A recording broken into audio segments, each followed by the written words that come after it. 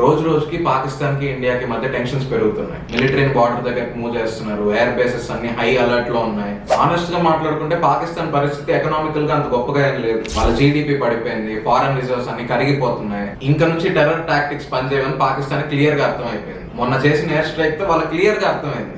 China గానీ other Gulf countries కానీ పాకిస్తాన్ కి స్పాన్సర్ చేశాడు ఇండియాలో టెర్రరిజం చేయమని. ఎందుకు? ఇండియా మీద ఇన్వెస్ట్ చేయడం సేఫ్ కాదని చెప్పి గ్లోబల్ ఇన్వెస్టర్స్ ఫీల్ అవ్వడం. ఇండియాలో టూరిజం పెరిగితే గల్ఫ్ కంట్రీస్ లో టూరిజం తగ్గుతుందని. ఇప్పుడు చైనా గానీ గల్ఫ్ కంట్రీస్ కానీ పాకిస్తాన్ కి డబ్బులు ఇవ్వాలంటే పాకిస్తాన్ కున్న ఒకే ఒక్క దారి ఇండియాతో వార్ చేయడం. యాక్చువల్ గా నాకు ఈరోజు వేరే వీడియో చేసే ప్లాన్ ఉంది, కానీ నిన్న గానీ ఈ రోజు గానీ ఇండియాకి పాకిస్తాన్ కి మధ్య జరుగుతున్న క్రాస్ బార్డర్ ఫైరింగ్ చూస్తుంటే వార్ అనేది ఎప్పుడన్నా మొదలవచ్చు అనిపిస్తుంది. గవర్నమెంట్ సిటీస్ కి అవేర్నెస్ ఇవ్వడానికి డ్రిల్స్ కండక్ట్ చేస్తుంది, కానీ అది సెలెక్టెడ్ జోన్స్ లోనే కండక్ట్ చేస్తుంది. కానీ మోస్ట్ సిటిజన్స్ కి ఇంకా తెలియదు ఇంటర్నెట్ ఆగిపోతే ఏం చేయాలి, బార్డర్స్ క్లోజ్ అయిపోతే ఏం చేయాలి, ఉన్నట్టుండి మిసైల్స్ పడితే ఏం చేయాలి, మోస్ట్ ఆఫ్ ద పీపుల్ కి ఇంకా తెలియదు. Welcome to rebel voice. ఈ రోజు వీడియోలో ఒకవేళ మనకి యుద్ధం కనుక మొదలైతే ప్రతి సిటిజన్ తెలిసి పెట్టుకోవాల్సిన 10 విషయాల గురించి చెప్పబోతున్నాను. యుద్ధం అనేది ఎక్కడో బార్డర్ లో జరగదు. ఒక్కసారి మొదలైందంటే ప్రతి సిటీకి, ప్రతి వీధికి, ప్రతి ఇంటి దగ్గరికి వచ్చేస్తుంది. అలా మన ఇంటి వరకు వచ్చినప్పుడు ఏం చేయాలి అని తెలుసుకోవడానికి గూగుల్ కూడా అవైలబుల్ గా ఉండదు. మనం ముందే తెలిసి పెట్టుకోవాలి. Point number 1, emergency response skills నేర్చుకోవాలి. యుద్ధం జరుగుతున్నప్పుడు అంబులెన్స్ అవైలబుల్ గా ఉండకపోవచ్చు, ఫైర్ ఫైటర్స్ మన దాకా రాలేదు, మీరే ఇంకొక ప్రాణాన్ని కాపాడే పరిస్థితుల్లో ఉండొచ్చు. 2020లో బీరట్ లో జరిగిన ఎక్స్ప్లోజన్ లో ఒక్క సిపిఆర్ చేయడం తెలిసిన మనిషి కొన్ని డజన్ల మంది ప్రాణాలను కాపాడాడు. సిపిఆర్ చేయడం నేర్చుకోండి, బ్లీడింగ్ నాపడం నేర్చుకోండి, ఇంజూర్ అయిన మనిషిని ఎలా క్యారీ చేయాలో తెలుసుకోండి. ఇంట్లోనే ఫైర్ డ్రిల్స్ ప్రాక్టీస్ చేయండి. ఎర్త్క్వేక్ టైమ్స్ లో ఎలా రెస్పాండ్ అవ్వాలో పిల్లలకి నేర్పించండి. Local first aid work shops లో జాయిన్ అవ్వండి. వార్ టైంలో మీ చేతిలో ఇంకొక ప్రాణాన్ని కాపాడొచ్చు.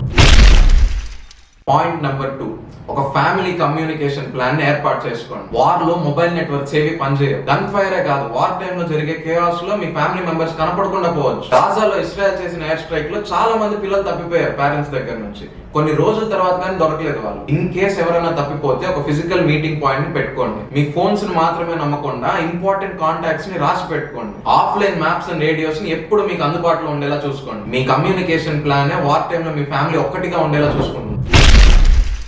పాయింట్ నెంబర్ 3, దగ్గరలో ఉన్న సేఫ్టీ పాయింట్స్ మీరు తెలిసి పెట్టుకోవాలి. ఒకవేళ మిసైల్ స్ట్రైక్స్, గ్రౌండ్ ఇన్వేషన్ జరిగినప్పుడు మీకు దగ్గరలో సేఫ్టీ జోన్ ఎక్కడ ఉందని మీకు తెలిసి ఉండాలి. మొన్న రష్యా ఉక్రెయిన్ మీద మిసైల్స్ వేసినప్పుడు మెట్రో స్టేషన్స్ లో గానీ, బంకర్స్ లో గానీ దానుకున్న వాళ్ళు మాత్రమే సర్వైవ్ అవ్వగలిగాడు. మీకు దగ్గరలో బేస్మెంట్స్ కానీ, అండర్ గ్రౌండ్ పార్కింగ్స్ కానీ ఎక్కడ ఉన్నాయో మార్క్ చేసి పెట్టుకోండి. షూస్, వాటర్, ఫ్లాష్ లైట్ మీకు అందుబాటులోనే పెట్టుకోండి. వార్ సమయంలో క్షణాలు మాత్రమే ఉంటాయి మనకి పరిగెత్తడానికి. ఎక్కడికి పరిగెత్తాలి అని మనకు తెలిసి ఉండాలి.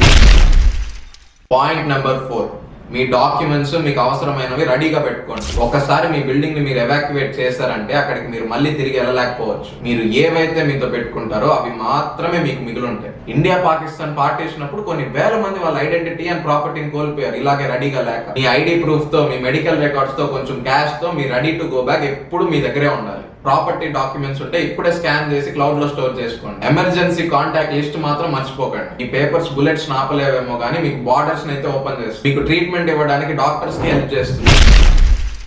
Point number 5, food, water and medicines. వీటి స్టాక్ మీ దగ్గర ఎప్పుడు ఉండాలి. వార్ స్టార్ట్ అయిన తర్వాత తీసుకుందామంటే అవి మీకు దొరకవు. మొన్న రీసెంట్ గా ఉక్రెయిన్ లో వార్ స్టార్ట్ అయిన 48 hours అన్ని స్టోర్స్ ఖాళీ అయిపోయాయి. చాలా మంది ఎల్డర్లీ పీపుల్, వృద్ధులు ఎవరైతే ఉంటారో వాళ్ళు బాంబుల వల్ల చనిపోలేదు, ఇన్సులిన్ లేక చనిపోయారు. మినిమం 2 weeks కి సరిపోయేట్టుగా గ్రాసరీస్ మీ దగ్గర ఎప్పుడు ఉండాలి. క్లీన్ కంటైనర్స్ లో డ్రింకింగ్ వాటర్ మీరు పెట్టుకోవాలి. Daily use medicines, first aid supplies మీ దగ్గర ఎప్పుడు ఉండాలి. మనం ఎప్పుడు ప్రిపేర్డ్ గా ఉండాలి. మన గోల్ సర్వైవ్ అవ్వడం, కేయాస్ లో ఉండడం కాదు.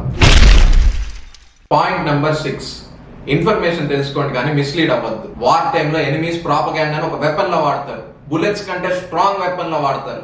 రష్యా ఉక్రెయిన్ వార్ లో ఫేక్ క్యాజువాలిటీస్, ఫేక్ న్యూసెస్ చెప్పడం వల్ల చాలా మంది హోప్ అక్కడే చచ్చిపోయింది. సోషల్ మీడియాలో ఒక డిస్ట్రెస్ పానిక్ క్రియేట్ చేసింది. అఫీషియల్ ఎమర్జెన్సీ అలర్ట్స్ మాత్రమే ఫాలో అవ్వండి. మీకు ఏ న్యూస్ తెలిసినా న్యూట్రల్ ఇంటర్నేషనల్ సోర్సెస్ లో వెరిఫై చేసుకోండి. అన్వెరిఫైడ్ ఇమేజెస్ కానీ, ఫోటోస్ కానీ ఫార్వర్డ్ చేయకండి. రెస్పాన్సిబుల్ గా ఉండండి, కామ్ గా ఉండండి, కంపోజ్డ్ గా ఉండండి, స్కెప్టికల్ గా ఉండదు. పాయింట్ నెంబర్ 7, మెంటల్ హెల్త్ ని ఒక సర్వైవింగ్ టూల్ లా వాడండి. భయం అనేది చాలా ఫాస్ట్ గా స్ప్రెడ్ అవుతుంది వార్లో. పానిక్ అవడం వల్ల మెంటల్ బ్రేక్ డౌన్స్ అయితే మనం బ్యాడ్ డెసిషన్స్ మాత్రమే తీసుకుంటాం. మీరు గనక మెంటల్ గా బ్రేక్ అవుతుంటే ఏదైనా బుక్ చదవండి, మ్యూజిక్ వినండి, ప్రే చేయండి లేదా జర్నలైజ్ చేయండి, అంతేగాని బ్యాడ్ డెసిషన్స్ మాత్రం తీసుకోకండి. మీ ఫ్యామిలీకి మీరే ధైర్యం చెప్పాలి. మీ యాంగ్జైటీని మేనేజ్ చేయడానికి మెడిటేషన్ అండ్ బ్రీతింగ్ టెక్నిక్స్ ని వాడండి. మన చుట్టూ చీకటి ఉన్నప్పుడు మనం లైట్ కోసమే వెతకాలి. పాయింట్ నెంబర్ 8, ఒక లోకల్ సపోర్ట్ నెట్వర్క్ ని ఏర్పరచుకోండి. ఎప్పటికైనా గుర్తుపెట్టుకోండి, వార్ లో ఒంటరిగా సర్వైవ్ అవ్వలేరు ఎవరు కూడా. మీ నైబర్సే మీ లైఫ్ లైన్ అవ్వచ్చు, మీ ఫ్రెండ్సే మీ లైఫ్ లైన్ అవ్వచ్చు. World War II టైంలో లండన్ లో ఒక హోల్ స్ట్రీట్ ఇలానే సర్వైవ్ అయింది. వాళ్ళే ఒక చిన్న డిఫెన్స్ గ్రూప్ లా ఫామ్ అయ్యారు. వాళ్ళ ఫుడ్ ని వాళ్ళు షేర్ చేసుకున్నారు, వాళ్ళని రెస్క్యూ చేసుకున్నారు. మీ నైబర్స్ తో ఫ్రెండ్షిప్ చేయండి, మీ ఎమర్జెన్సీ ప్లాన్స్ వాళ్ళతో షేర్ చేసుకోండి. ఒక మ్యూచువల్ ఎయిడింగ్ గ్రూప్ ని ఫామ్ చేయండి. మీ ఫుడ్, షెల్టర్, సర్వైవింగ్ ప్లాన్ ని వాళ్ళతో షేర్ చేయండి. గుంపుగా ఉన్న చీమలకే విడిగా ఉన్న పాము కన్నా బలం ఎక్కువ. పాయింట్ నెంబర్ 9, మన గవర్నమెంట్ ఉన్న పవర్ ని, మనకున్న లీగల్ రైట్స్ ని మనం అర్థం చేసుకోవాలి. వార్ మొదలైంది అంటే గవర్నమెంట్ ఎమర్జెన్సీని ప్రకటిస్తారు. ఎమర్జెన్సీ టైంలో సివిల్ రైట్స్ ని లిబరలైజ్ చేస్తారు.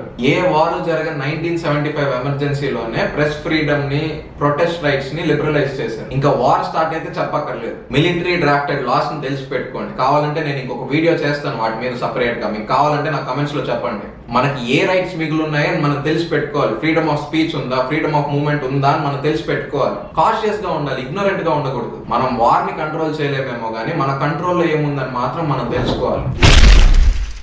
Point number 10, never let go of hope.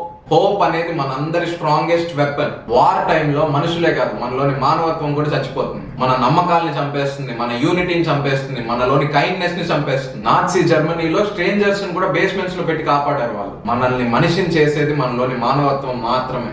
దాన్ని దూరం చేసుకోవద్దు. వాళ్ళు హెల్ప్ చేసుకోలేని వాళ్ళకి మీరు హెల్ప్ చేయండి. అరవాల్సినప్పుడు అరవండి. సైలెంట్ గా ఉంటే ఇంకొకటి బతుకుతాడంటే సైలెంట్ గా ఉండండి. హోప్ అనేది వీక్నెస్ కాదు, అది డిస్ట్రక్షన్ మీద మనం చేసే రెబెలియన్.